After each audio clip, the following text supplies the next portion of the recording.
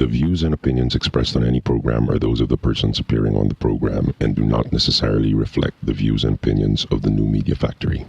Some programs on this network might include strong images and language and may not be suitable for all audiences. Viewer discretion is advised.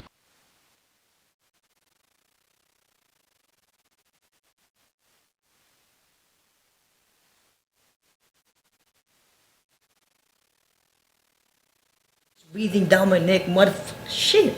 Wow, what happened? AHT ko daw, haba na naman pre. Fuck. Ito ang problema ng mga call center agents dito sa Pilipinas. Ang pag-hit ng mga metrics na dineclare ng mga banyagang kliyente. That's how it goes in the Philippine call center industry. So what's your plan? Well, I think I want to resign na. Pupunta lang ako sa province. Well, meron kaming farmland doon. Tulungan ko yung parents ko. Teka, ano ba nangyari? Kasi ganito, Super Bowl. States, alam mo naman, preparations, alak, beers, and all that shit. Yung mga tabako nila, isa lang kulang eh. Nag-subscribe sila sa TV. Wala silang TV, bro. Wala yung movie. O bakit? Eh, di ba dapat meron? Troubleshoot kami ngayon. And all that shit. Tapos biglang, fuck, hindi nakasaksak yung TV after 1 hour. Kasama sa problema ng mga call center agents, ang pagsalon ng frustration ng lahat ng customer. Kaya kayong mga nang mamaliit, sa mga nagtatrabaho sa BPO industry, mag-isip-sip muna kayo. Kung wala kami, wala kayong tatawagan. Ako po si JM Cruz, and this is the Call Center Show. Ikaw ay Filipino. Hoy pare, pakinggan niyo ko. Ito ng tunay na Pilipino. Galing sa baryo sa Pangbato. Pumunta ng... Hello! Suck! Kumusta naman yung skit natin? Well, good evening everyone. Welcome to our first ever podcast dito sa New Media Factory. Mukha kaming professional podcaster, mga professional host. Ang pogi ko sa camera. Hello, my name is JM Cruz. I have here Joms Fontanilla and I have here Singh. And we are the Call Center Show. Kami ang show na para sa mga ahente. Ang mga nagpapakahirap, sumagot at sa mga tawag ng mga usually banyaga kasi usually they're the frontliners, sumasalo ng frustrations ng people from other countries, like problems with hooking up TVs, problems with their credit cards, billing issues, like refunds, delivery, hindi nakakarating, stuff like that. And our topic for today, our first topic for episode 1 is basically stress. The stress in the workplace.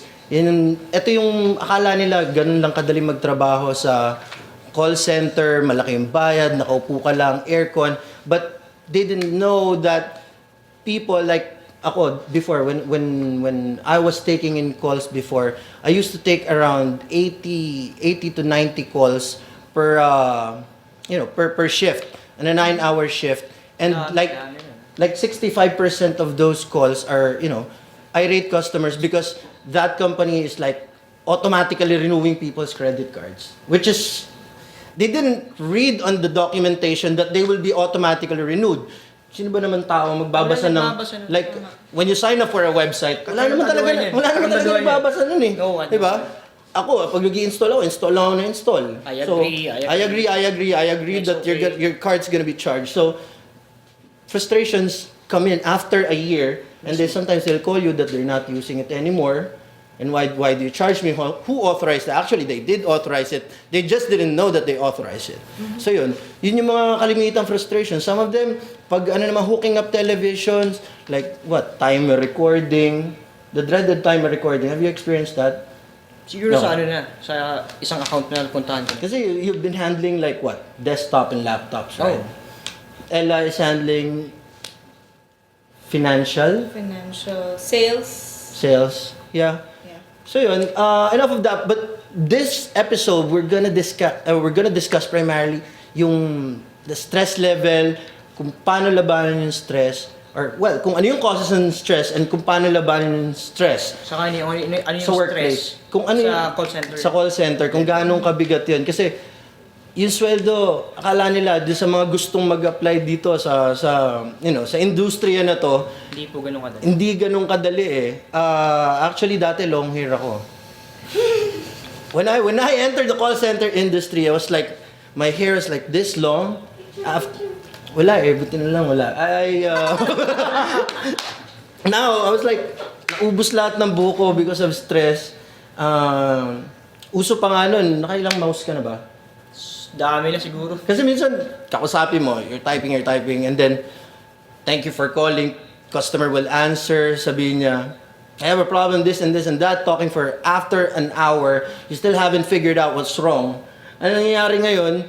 Minumura ka na ng customer, galit na, most likely you'll press mute and putangin na mo rin. Diba? Tapos gagawin mo yung mouse. Gagaling mo yung mouse na nagiging pulbos na yung mouse mo. Kung galit na galit ka, pati yung monitor. Ganun. Wow. Si Ella, month yata, nakatatlong mouse na to. Nakatatlong mouse ako. Nung agent pa ako, I remember. It was a pretty easy campaign, pero the stress level is really different, so... There. Yun. But before that, let me just introduce you formally kung ba't pa kami nandito. Ano ba? Mga taga-call center ba talaga ito? Well, my name is JM Cruz. I've been in the industry for more than 8 years. I started as an agent for an antivirus company. Started as an agent. And then I also handled consumer electronics. I also handled outbound, a little bit of outbound. Server troubleshooting, dispatch, and stuff. Here, Joms, wanna introduce yourself? 7 years na ako sa call center. Nag-start ako sa sales rep, outbound, doing sales, this and that. Tapos, ako, tech support naman for ISP, and then computer companies. And then, until now, agent pa din. Pero, don't get me wrong guys, happy ako pagiging agent and I have my reasons why. Yeah. Yeah. Ella. And I've been in the industry for almost 8 years. Start ako as an agent for 3 years. First half sales, the other one tech, and now I'm a trainer. Yan. Siya yung trainer namin, kaya aabangan namin siya pag nagkamali ito sa grammar. Kasi she's an English trainer. To, next episode, kukuha kami ng bell dito pag may wrong grammar. dapat may score sheet tayo. Kung sino mga maling grammar. Since this is a call center show, di ba? This is a call center show. Why not? Dapat may scoreboard tayo by the end of the month. May gagawin na... Kung sino talo lusot, no? Eh di dapat dapat pala English. Parang lulusot tayo. Dapat pala English only, diba? Pero since toxic na yun, I mean, everybody... Yeah, nobody wants to speak English outside of the office. So there. Yun. Kaya, Kami, as promised, dun sa mga nag-like sa atin sa Facebook, yung mga followers natin sa Twitter, sinagulat sila bakit hindi English yung format. Who gives a shit sa English language when you're in the Philippines? Dahil na Pilipino tayo, di ba? And we are required to speak English. Why not? We can. Filipinos are the best English speakers in Asia. I think I saw an article the other day. I think that was in the Facebook. I saw something like we're number 1 in the world in terms of using business English. And that's a great, that's a great accomplishment. It's like embedded to us that hindi naman lahat magaling mag-English, but even the common tao, even your cigarette vendor, pag kinausap yan ng Amerikano or a foreigner or any foreigner, nakakasabay siya, naiintindihan niya. Hindi siya makakapagsalita, but the comprehension of the Filipinos are one of the best in the world when it comes to English. I'd have to agree with that. Bilang na language trainer ako for almost 5 years. So a lot of people, Filipinos, can really speak in English. I guess it's just a matter of like having the accent and all that shit. But everything's good. Siguro nahiya lang talaga mag-English. Kayo- Kunyari, foreigners, pero culture shock yung dating di ba? Or hindi lang talaga sanay. Bilang na yung household natin dito eh. Yun nga, yung the accent itself. When I started, actually, when I started in the call center industry, ang nangyayari kasi is, before, you gotta have the accent. When you talk to the, when you talk to your customer, when you talk to your customers, you gotta have that accent, or else, nado na yung discrimination and such. But, pag dito, since ngayon, nag-evolve na yung industry. You know, the US or the United States, like, when they contact the call centers, alam nila na nararoute na sila sa ibang bansa. Most of them are. So, it's really not that strict, unlike before, na kailangan talaga may twang ka. Hindi, pero merong ibang campaigns na they really require people with that accent.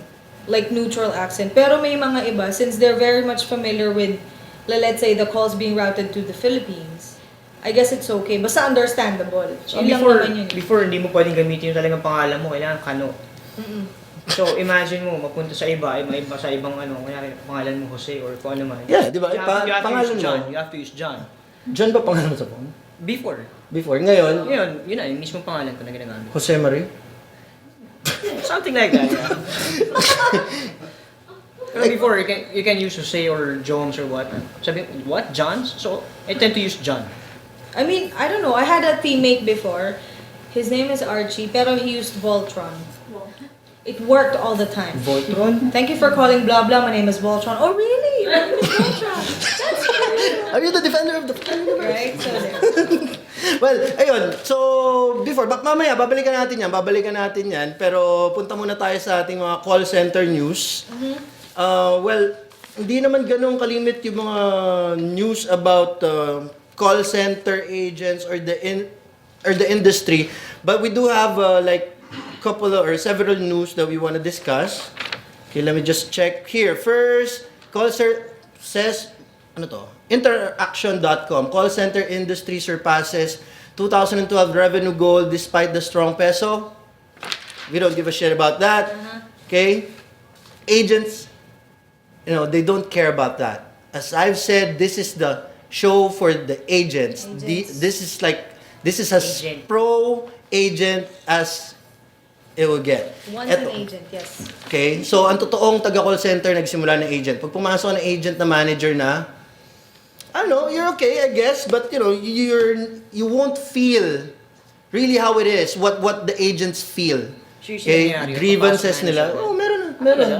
I do know. Hindi naman, there are good people. Hindi ko nila lahat. But, kalimitan sa kanila, they really don't understand how the agents feel. Okay? And some of them nga agents, naging manager, tapos nun parang nakalimot na sa lahat. Parang hindi siya naging agent how they treat people. Yeah, I know a lot of people like that. Meron, di ba? I don't want to mention names, but, You know who you are. You know who you are, di ba? You're gonna get sued, pare. Okay. Let's go. Let's go. So, call center news. First is, from Online Balita, posted February 15, 2003. 13. Call center agent, pinagtangkang halayin ng suking driver. Wow. This happened sa Like, Iloilo City. Iloilo. It happened in Iloilo City na isang dalagang 25 taon, gulang, ang tang-ina sa mga ng Pilipino natin. 25 na lang. 25. 25 years old, na call center agent. Muntik na maghahasa ng suki ng taxi driver sa loob ng isang motel sa Iloilo City. Paano daw nangyari? Hindi ko alam kung paano nakarating sa motel eh. Ayun sa dalaga, araw-araw at sinusundo ng 32 years old na suspect sa trabaho hanggang minsan nakatulog siya sa biyahe. Ay nagising siya na nasa loob na sila ng garahe ng isang motel. Tinakot umano ng suspect ang biktima kaya sumama ang huli sa kwarto.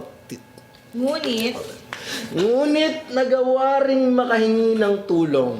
Ang hingi naman pala ng tulong. Pero Yun lang. good. So, That's good. Good news.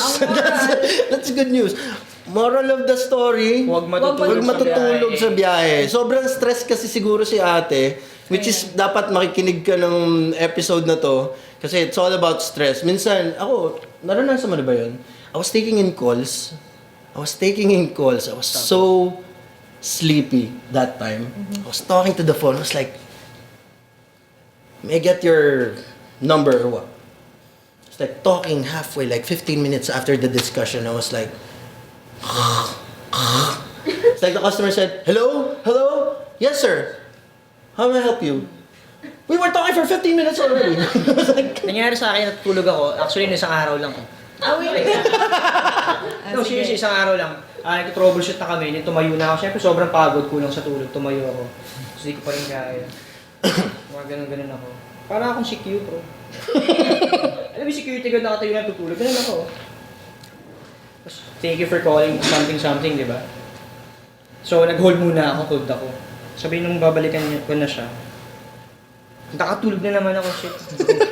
Ending, wala na. Ganun talaga, hindi naman kala nila kasi ako siguro nakasanayan na lang talaga ng katawan mo na matulog ka ng 15 minutes interval.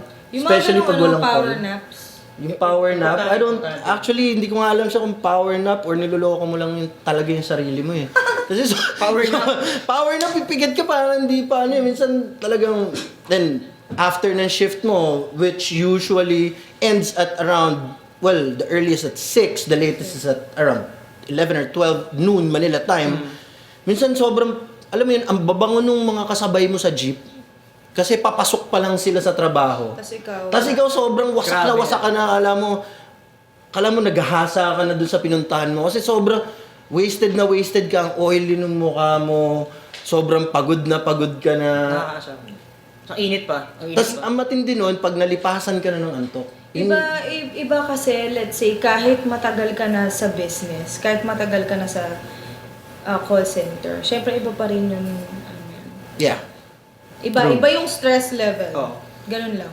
O nga pala, we'd like to inform you na we have a Twitter account. You could follow us on Twitter at Call Center Show. Now, if you have suggestions, violent reactions, ayaw nyo na ba kami dito, just send us an email. Huwag nyo naman kami rin sa Facebook. Recommendations, ganun. Recommendations about the show and how to make this better, or if you wanna guess, or if you want us to drop by Eastwood, punta kami dyan. Like the other day, later we're gonna show a video na we crash Eastwood and then we talk to a couple of, or several agents there na nagiinuman dun sa gilid ng, ano oras yun? Around 9 in the morning? 9, 10, mga ganun. Yun ang buhay ng call center agents. You drink beer at 9 a.m. in the morning. Kung kailang tirik na tirik yung araw, yan. Yan, Which is normal uwi ka. sa buhay Which is natin. very normal. Unfortunately, yun talaga yung lifestyle, yun yung culture ng call center, which in our future episodes we're gonna discuss a lot more about those. So sana you keep on watching us every Sunday 6 to 7. But if you'll be missing the episodes, it is downloadable at nmfnetwork.tv. Nandun lahat yun. Astig nga tayo. Katabi na natin yung video ni Mo. Kaya nga, no? So there, we would really love to hear from you. Yan. Any suggestions? Yep. There. Welcome. Tapos, may news pa ba tayo? Bad news yung isa eh. May good news ka dyan. Alam ko ito yung naputulan ng ulo eh. Ito. But this was like, no, this was 2 years ago. Ito. February 25, 2013, student dies in Naga car accident. Call center agent was arrested. Bad news pa rin. Bad news pa rin. Ito, yung isa si ate kanina, parang namuntikan lang eh. Pero parang masarap din kasi yun eh. Ito natuluyan na to. Parang okay din lang yan. Kung gusto naman ni ate. Eh kasi parang nagtataka lang ako, suki niya yung taxi driver. Tapos 32, tapos 25. Hindi mo maiwasan yung mga taxi driver, stress yun. Di ba? Hindi, tsaka kasi gabi nun, malamig. Tsaka ba't naman siya di ba? Sabay, I don't know, Iloilo City, konti lang siguro yung taxi dun eh, di ba? Most likely. Not unlike the metro na hindi mo talaga makikilala, but siguro Iloilo, since konti lang yung taxi and then makakuha ka ng suki mo, kaso mali ni kuya, ngayon, the-drive ngayon siya ng rehas ngayon. Sigurado. Hindi kasi isipin mo naman, kaya siguro nakatulog yung babae. Intention siguro matulog. Kasi kilala niya eh, di ba? Technically, kung suki mo yung taxi driver, Talagay na yung loob mo. di ba? Ina pagising mo, no? Sumutil ka. I'm gonna get bang, motherfucker! Okay, balik na tayo dito. Yun, tama na si ate. Ito, yung call center agent na naaresto, actually magbabakasyon lang sila nun eh. So yun, nakadali pa sila. So, Pili, Camarines Sur. This happened in Pili, Camarines Sur. Actually, pauwi na. Sabi dito, the student was declared dead on arrival at the BMC while another fourth-year student sustained injuries. 2 other vehicles, things in urban, and multicab were sideswiped by the suspect sedan. So, technically, that's reckless imprudence resulting to homicide and serious physical injuries and damage to properties. Grabe. Bigla ako naging law student. Biglang law na yun So, anyway, enough of that. So, what's next? So, balik na tayo sa topic natin. So, yun yung latest news. If you have news na gusto nyo i-send din sa amin, we'd love to do that. Discuss about it. We're doing our weekly research on what's currently happening, but some of them minsan di namin nakikita, and we're glad to ask for your help, people of the call center industry, to send your suggestion, any suggestion. We'd like to hear that from you. So yun, balik tayo. Main topic, causes of stress of call center agents. Ito na. Number one, irate customers. Definitely.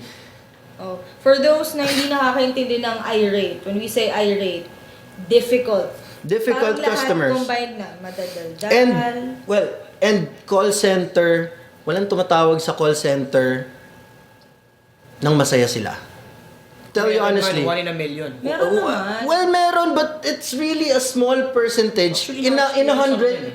100, let's say 100 calls that will come in on that day. Let's say 5 agents gonna be taking down 100 calls.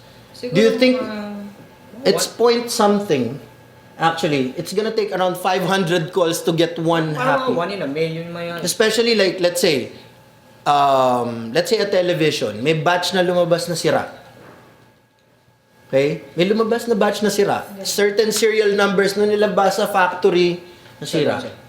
Nabili ng around 100,000 people. So, technically, 100,000 people is gonna complain.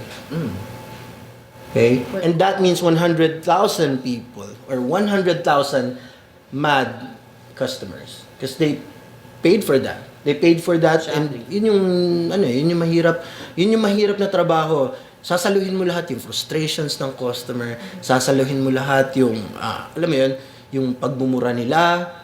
Minsan nga mamaya pag nakita mo yung video, anong gagawin mo pag anong gagawin mo pag minura ka ng customer mo? Like, ako, nung minura ako ng customer ko, wala, stand ako up to now, even hindi na ako agent ngayon. I mean, pag nakakarinig ako ng ganon, mahirap pa rin mahirap. Sometimes, hindi maganda yung gising mo. Alam mo yun, minsan may buhay din naman ako outside of the call center. Wala ka rin namang ibang choice kasi ikaw yung frontliner ng company mo. Yeah. Right? So, ikaw talaga yung sasalo lahat. So, kanya-kanya na lang siguro. Okay, so yun, irate customers, one of the main reasons of call center agents' stress. Okay? Customers who are not familiar with the process. Ito classic to. Technically yan sa mga Sa technical, nangyayari to usually sa technical support. I had a customer before na tumawag yung 75-year-old lady na binigyan ng plasma TV ng anak niya. Okay. At iniwan siya para manood doon. Or an old lady na binigyan ng laptop ng anak niya para makapag-email. Now, you would understand kung bakit siya tatawag. Sometimes, hindi niya na magamit, alam mo yun, syempre, ayaw rin naman nilang tumawag talaga ng call center. They don't wanna feel dumb. Right? But they have no option. Kasi nga, usually, hindi naman nila makausap na yung nagbigay. Parang iniwanan lang yata ako nito para pamroblemahin ako So, anong nangyayari, binubuhos nila yung frustration sa call center agent. Kahit sabihin na, alam mo yun, naramdaman nilang hindi nila alam gawin, iniiba nila yung usapan, binubuhos nila yung galit dun sa agent. Kasi ayaw niya mapansin na tanga siya. Tama. Alam mo yun? Dito kasi sa pag sinabing customer not familiar, tapos irate pa sila, pwede mo pagsamahin. Like yung sa akin, tech support ako ng computers. So, nangyari din sa akin, may matanda akong kausap. Sabi niya, may cup holders not working. What the fuck? Anong cup holder? Anong part ng computer yun, di ba? He's talking about the CD-ROM, pare. Cup holder, di ba Cup kasa holder doon? nga naman. Kasi, So, pag binuksan mo yun, kasi yung tasa o yung baso. ikaw pala hindi nakaintindi. Kaya nga, alam ko ba, di ba? Cup holder, saan manggagaling yun? Di ba? So, tapos, bigla magiging irate na sila and all that shit. Tapos sasabihin nila, ganyan, ganyan, ano bang solution dito, ganyan, ganyan. So, parang, magpo-prove ka, dahil mong proving question sa pwedeng ibanat, biglang cup holder. Makapaisip ka. Sige doon. Matetest din. Meron din ako dati na handle na call. Hindi alam ni customer. High-end yung TV. Hindi niya alam kung ano yung remote control. Sige nga. Siyempre napaisip ako, shit, remote control. It's the rectangular thing with the buttons. Wait, let me check. Are you sure? Ako pa yung natanong, dude. Sandali lang. So, naman parang, okay, sige po. Sige nga. Have you ever done that?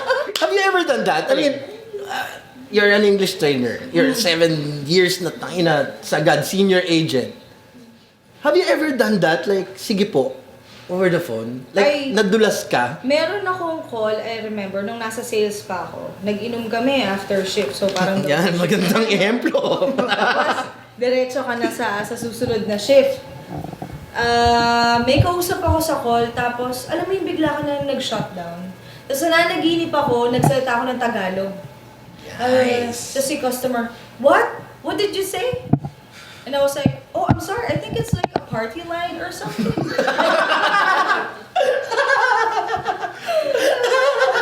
Hello? Mostly masabi ko lang yung mismong the word You know, ako nag-slip ako siguro po. Kasi, Which is, you know, if talking to other people, you have to give respect. Siyempre, Pinoy tayo. We're used to that. Minsan, I'm gonna give you this number po. Like, hello po. hello po. meron akong one time, sales campaign, yung tumawag sa akin Pinoy. The person started talking in Tagalog. Siyempre tayo, hindi tayo pwede mag-Tagalog. Nanghihingi siya ng discount. Sobrang narindi ako. Sinabi ko, tapat na po. Pagkatapos, Ano, parang divisoria lang. kasi discount. Tapos, pinull out ako ni Mr. PJ, quality assurance. Tapos yun, na-markdown ako. Ako, sa amin naman, sa pinagkatabuhan ko, pwede yun. Basta, yung customer na ginisita na, okay lang tayo mag-Tagalog. Alam niyo namang Filipino kausap niyo, okay lang, so sige, Tagalog kami. So, paano may experience sa kanya yung nasirang hard drive? Sa Tagalog. Paki-dot ng... Mahirap din eh, di ba? So, kung ano yung nakasanayan mo, kung ano yung process mo, dun papasok yung English talaga. Okay. Kasi ang hirap eh. So, Ikaw, kaya mo explain? Hard drive? mahirap yun, Mendy, mahirap Try yun. mo. But ito yung pinakamatindi. Yung third natin. Pinakamatindi natin. Stressed teammate. Yan. Have you ever experienced yung katabi mo na pag nakikipag-usap, kinakausap niya yung monitor, putang ina mo pala, sir eh. Pero nakamute yun. Most of the time, this happens to the veteran agents. Nagtatake ng call, bigla maggulat ka na lang, nagbabang ng keyboard, bang ng mouse, sobrang bad trip niya sa bahay, pagpasok niya sa opisina, alam mo yun, sasabihin niya ng customer, syempre tatawag yan. You have to understand the customer calls in because they're frustrated, they have a problem. They won't bug you if they're happy. Diba? So, tawag siya, hello, blah blah blah, may help you. Mamaya magugulat ka, putang ina pala nito eh. Gago pa na to eh. Putang ina, tarantado ka, tatawag ka dito, gagaguhin mo ako. Mano to, malakas to makahawa. Malakas makahawa yan, tapos ikaw naman good mood ka, tapos ganun yung katabi mo, putang ina mo eh. Mababad trip ka talaga eh, bago mag-end yung shift, parang magkaparehas na kayo ng level. Yun yung nangyayari eh. So the next one, ito, personal problems, definitely it's a no-no. You know, hindi dapat yan. The next thing, agent's failure to meet the stats, yan din, causes ng stress yan. Ito, the best to. Ito talaga nakaka-stress. Mga cooks na team leaders, trainers, QA, IT managers. Ako na, when I was an agent, madami ako na-experience na ganyan. Yung mga, alam mo, hindi kami same level of understanding in terms of pakikisama. Okay? And I told myself, if ever I got promoted, hopefully, I won't be like that. Takina. Seriously? You were under me once. Like, unfortunately, di ba? Hindi tayo nagkasundo. Yun lang. Kailangan eh. Di ba? Yeah, that was a long time, like 3 years ago. 3 years ago, no? So yun, fighting stress, eat a lot of gulay. I mean the gulay, you know what I mean about gulay? Not the gulay that you know what I mean, but gulay. You know that? Gulay, vegetable. Drink lots of fluids. Fluids meaning water. Okay? Kaya sa floor, maraming Tumblers na kalat doon. tumbler at saka water dispenser. Hindi pwedeng wala yun. Okay, most of the agents kasi they thought coffee kasi is coffee eh. Keeps you awake. But you know what? Get a lot of sleep and drink lots of fluids. Effective na yun. It will get you by. Kasi ako, lately lang ako nagkape. Before, I wasn't drinking anything. Coffee drinker, no? No, just now. So, next, fighting stress, separate your personal life from work. Yan, number 1. Ito yung pinakamahirap gawin sa lahat. Ito yung pinakamahirap gawin sa lahat. Papasok ka, may nakaaway ka, outside, friend, boyfriend. Nakakakanta eh. Okay? Away kayo ng asawa mo. No, kidding aside, dapat to mamaster mo to eh.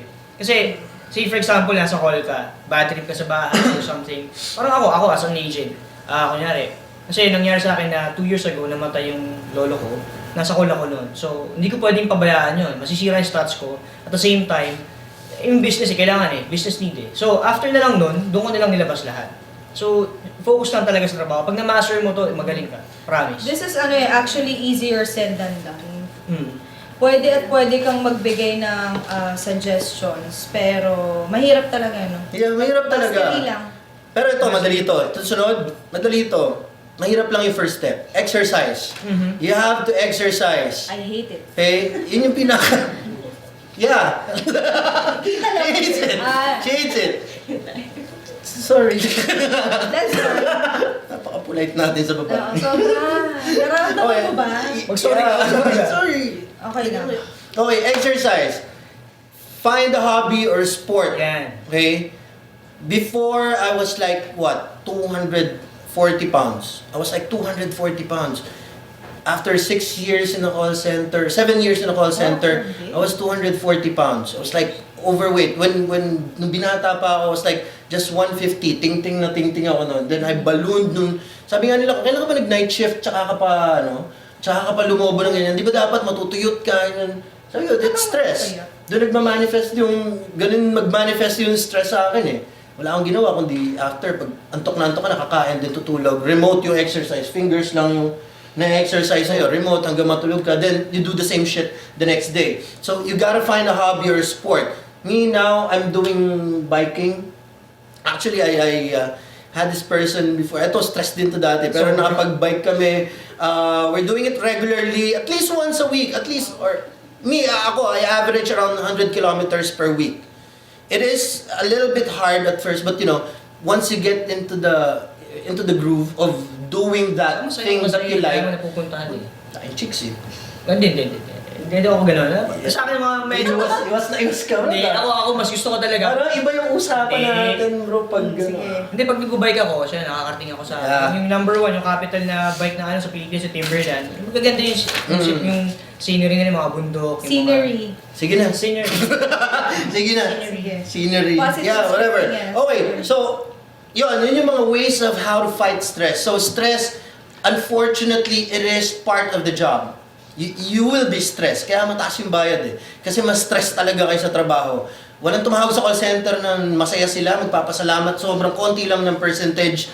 Majority of the calls that you're gonna take, if you really want to go to the call center industry or apply as a call center agent, you have to think again. Kung mainitin yung ulo mo, kung high blood ka na bago pumasok, mamamatay ka sa call center industry. Yun yung mangyayari sa'yo, napakahirap. I know a person who undergoes anger management. Yep. Oh, talaga? Nice. Totoo. Okay. Kasi sobrang... Alright, so next segment that we have is our call center ambush. So nagpunta kami, like what I've said earlier, sa Eastwood, and we have this guy ask the question. Actually, this was pre-recorded, and we'll let the guys in Eastwood answer the question. This is just a short clip, but if you guys want to, have us, or you want to you want to be included in the show, you could email us. I'll give you the emails later. But can we play? Yeah, this is Call Center Ambo. Hi, my name is Gretchen Noy and I'm from the... So, anong gagawin mo kapag first time kang namura ng customer mo sa phone? Yan ang reaksyon. Yan ang totoong reaksyon.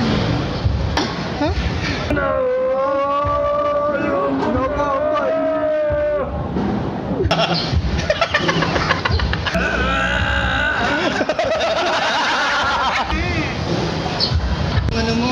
Gabay. Ano daw? yun yung mga nakasalubong natin dyan sa Eastwood. Actually, dun nga magtataka, init-init ng sikat ng araw, but they're still enjoying. Most of them talaga mga veterano na sa ganong kultura. After shift, pagod na pagod, they're gonna drink it off. Yung pwesto nga nila, okay pa yun eh. May mga pinag-iinuman ng call center na talagang... And for next week, by the way, ito yung question namin. We will drop by some of the major call center spots here in the metro. Gusto rin namin mag-province. Ang dami ng call centers ngayon. Dumaguete, Iloilo, Cebu. Hopefully, makarating kami dyan. We want to do the call center show there in Cebu. But for the meantime, we will we'll go to the Metro Manila call center spots. And for next week, ito yung tanong namin from this girl. Hi, my name is Gretchen Noy and I'm from the Ateneo Women's Volleyball Team. And I would like to ask you this question. Kung wala ka sa call center, saan ka ngayon? There. So yun yung Si Gretchen ho pala. si Gretchen. Si Gretchen Ho. Oh, Tineo! Okay, alright. Hindi makalimot kay Gretchen. Hindi maka-move on, Hindi sandali, maka-move on. Hindi, habang pinapanood ko yung video na yun, ako lang yung nag-view talaga sa YouTube. Kaya dumami ikaw Kaya yan. dumami yung views. Sarap lang i-play. Sorry. Okay, next up, we have call center lingo. This is the segment that we will discuss a term commonly used in the call centers. And for this week, our word is Avaya. Avaya. Pag sinabi mo to sa common ng tao, Avaya, sino yan? Si Mark Avaya? Ay, sandali. Diba? Parang gano'n. Ano Avaya? Avaya is a phone brand. Yes. Okay? Madami naman phones na ginagamit sa call center. But the thing is, Avaya, Avaya pinaka-common talaga. siya yung pinaka-common na ginagamit, and most of the call center agents or people working in the call center industry would relate or would know what an Avaya phone is. Para siyang Colgate siya ng telepono, ng call center phones. Avaya is the most accessible phone. At the same time, it's the most affordable, if I'm not mistaken. Yep, That's why and a lot it's of people use specifically created, for call centers. Okay? Powerful For yan. Yun. So it's not like your regular phone. It's marami siyang buttons na nakakaloka. And Avaya could be it is your enemy and it's also Best your friend. friend. Yes. Because that is where your salary is computed, because that's where you log in as agent. And also, since you're logging into that, that's where the calls are coming in. Okay? Alright. So there. Next up, we have call center factoids. Call center factoids. This week, we're gonna discuss common things. Well, call center factoids is, what we're What's really happening. usually accustomed to, or what's usually happening in the call center agent's life.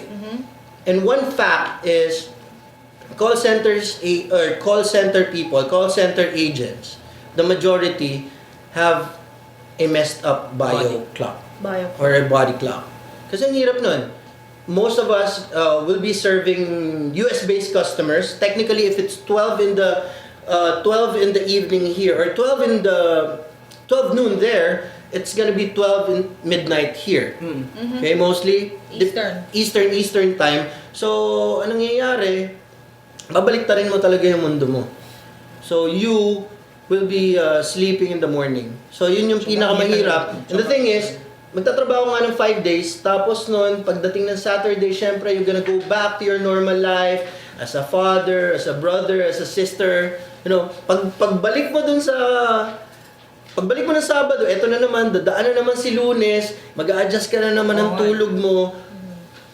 Kaya malaki yung bayad sa mga call center So agents. siguro Isa yung yun. normal lang na araw is Sunday. Yep. Hindi mo rin magagamit yung Sabado mo kasi papahinga ka lang sa bahay. Tama.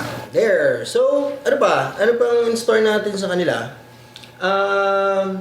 Fighting stress, we're done with that. Team building. We have pictures that we're gonna show you from our Yun.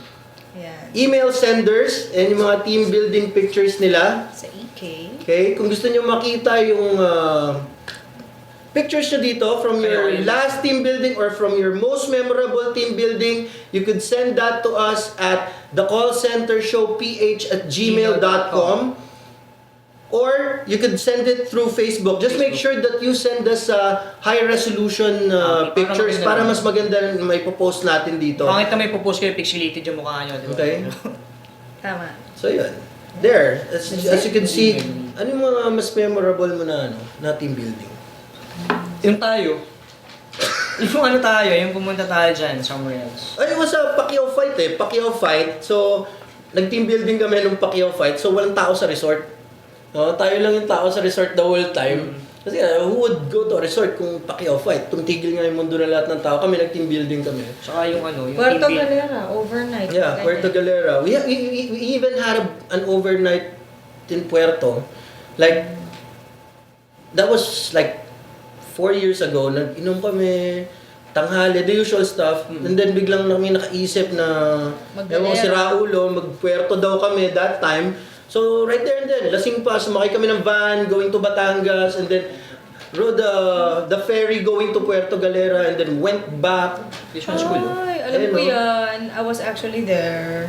Pero, Ayun. So, there. There you have it. Team building pictures, if you want Pasend na your lang. pictures to be seen in the show, just send it here. Okay. Alright, so ito na yung pinaka-aabangang part ng ating discussion. We will read an email. We will read an email from our letter sender for the week. And meron siyang concern. Kasi ang gagawin natin dito, we'll have our mystery HR guy answer the question. So here's how it goes. Let me just pull up his email, ha? Teka. And then what's happening? okay. There you go. Ito na. Ay, 48 years. Upgrade mo niyo. Focus ka. Okay, ito na. Hi, the call center show host. Good day. I'm currently employed right now at the call center here in Ortigas. I'm just wondering if you could help me out on this simple problem. A couple of days ago, I submitted my resignation because I have to go to our province to take care of our family business that is facing several issues right now. My boss mentioned that I have to give them at least 30 days before I could leave since our account is ramping up. I told my boss that I could only give them 5 days since I really need to attend to some urgent matters which I cannot discuss with them. I want to have at least a graceful exit in the company. However, if they will not allow me to do that, then I will be forced to go AWOL. I guess the reason why I'm writing this letter is for me to know my options and my rights as well. Thank you and more power to your show. Anonymous. Okay, can we call our HR guy. HR guy? Okay. Naghang yung phone. Alright, while we're doing that, papasalamat kami sa lahat to those people who liked us on Facebook, following us on Twitter. Maraming salamat po, and we hope na you're enjoying the show. As you can see, nandito kami ngayon sa Emerald Avenue. Yeah. Yan. And do you recognize? Nasa gitna kami ng kalsada. ng Emerald Avenue. Sa Center Island kami. Yes. Okay? Parang astig to. Tingnan gagawin mo. We might replace that last week. It's HR. Next week, I'm sorry. Is this cool? Are we good? RV? Okay. Can you? Yeah. Yeah. Let's call the HR guy. Give it. Come here. Yeah, it's okay. Go. Come on.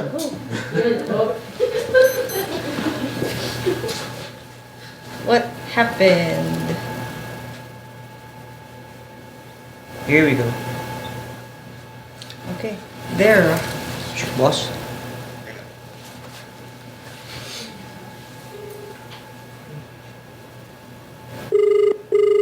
There you go. Getting used to this.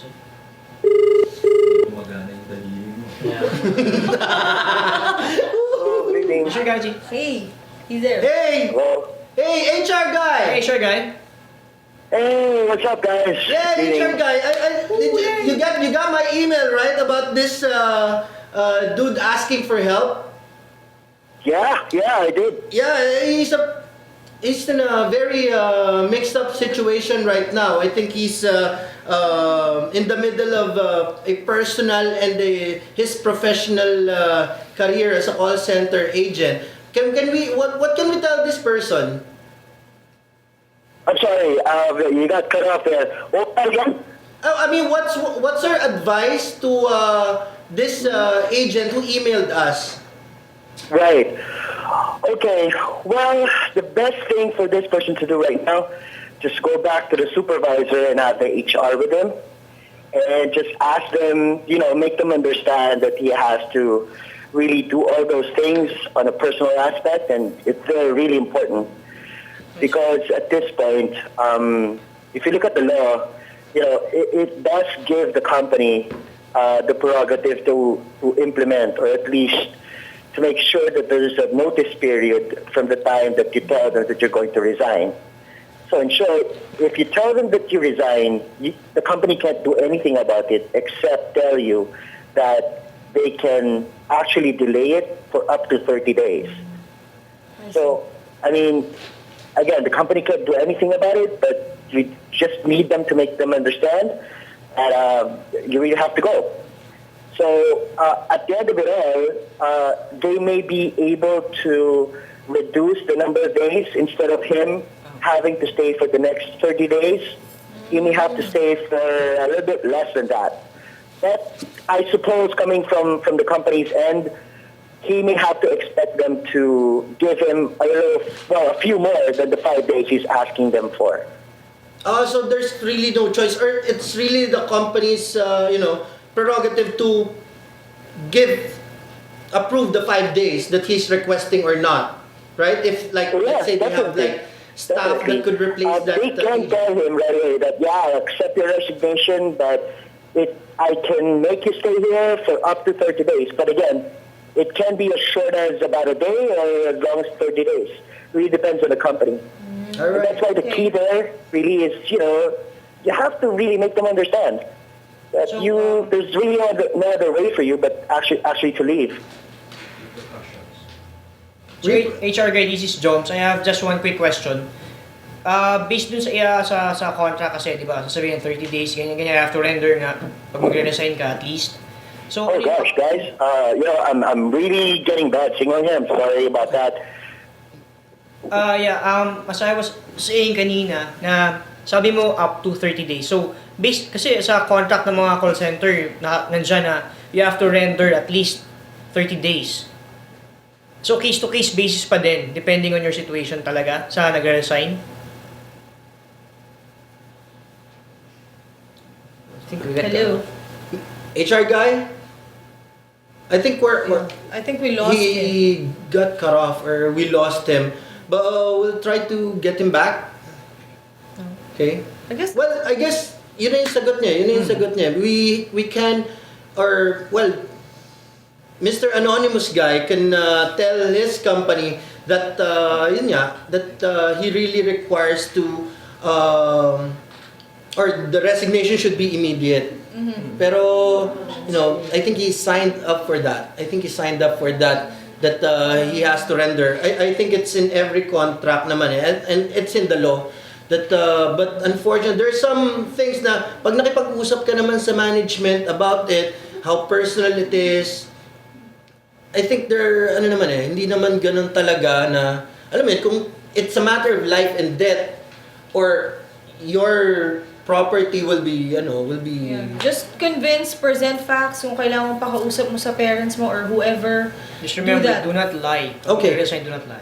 Alright, so there, if you have any or emails or concerns or problems about your employment, problems about how to handle customers, you may email us at the call center show ph@gmail.com, or you may tweet us, follow us on Twitter at call center show. Next week we're gonna announce our new phone line, or our new mobile phone number where you could text in your problems. We'd like to thank New Media Factory. Beyond the box. Sobra, the best. Thank you for the opportunity. This podcast, episode 1, really very special. Something that, wala pang gumawa nito. Actually, kung meron siguro management. Kasi mostly na napapanood mo kasi, it's about management, how the growth of the company, growth of the industry, but nothing really discussing the call center. Oh, shit! Are we gonna evacuate now? Oh, HR guy! He's back. He's back. Hindi ko maghanap fingers. The best. Ito na yung the best studio. Yeah, so there, if you have Ito na yung any the best studio. Paano ito question, yung the best? yeah. Pare, we'd like to thank New Media Factory. We're here at Beyond the Box in One Rockwell, Makati. Maraming salamat for giving us the opportunity. Sana for the call center industry, especially for the agents, sana kami yung magbigay ng liwanag sa mga hindi nyo makita or hindi nyo maintindihan when it comes to the business. We'll try to get as many resource persons as possible. Now we have the HR guy, which pretty much will be here on a weekly basis to give out advices and tips to our call center agents. We'd like to thank Mr. Basti. Thank you very much. Boss. The best. Pico, thank you. Our tech guy for Sunday, especially Miguel and Miss Kale Findo. Thank you very much for giving us the spot here at the Beyond the Box studio at New Media Factory. Sino pa ba? Our research team. Von, Paige, Hazel, Rachel. Sino pa ba? May nakalimutan pa ba ako? Jazz and Jap. Wala sila ngayon dito, but definitely they're part of this venture. Sino pa ba? So there, pretty much that's it. That's it. Wait, I don't want to miss out on there. Oh, Tita K, thank you very much for guesting me. That's our first promo. I hope you watched that too. Sino pa? Wala na. I don't want to miss out. This is the first episode. Sorry, I know, but the first episode, you have to thank everyone. Well, there, viewers. Sino pa? Ba't makakalimutan namin kayo? The viewers of the podcast. Call center agents. Management, companies, thank you very much. If you missed this episode, you may download the podcast at nmfnetwork.tv. Our letter sender, team building picture senders, Facebook likers, Twitter followers. Thank you very much. Follow us on Twitter at Call Center Show. This has been JM Cruz. Joms. And this is Ella Singh. Have a nice day.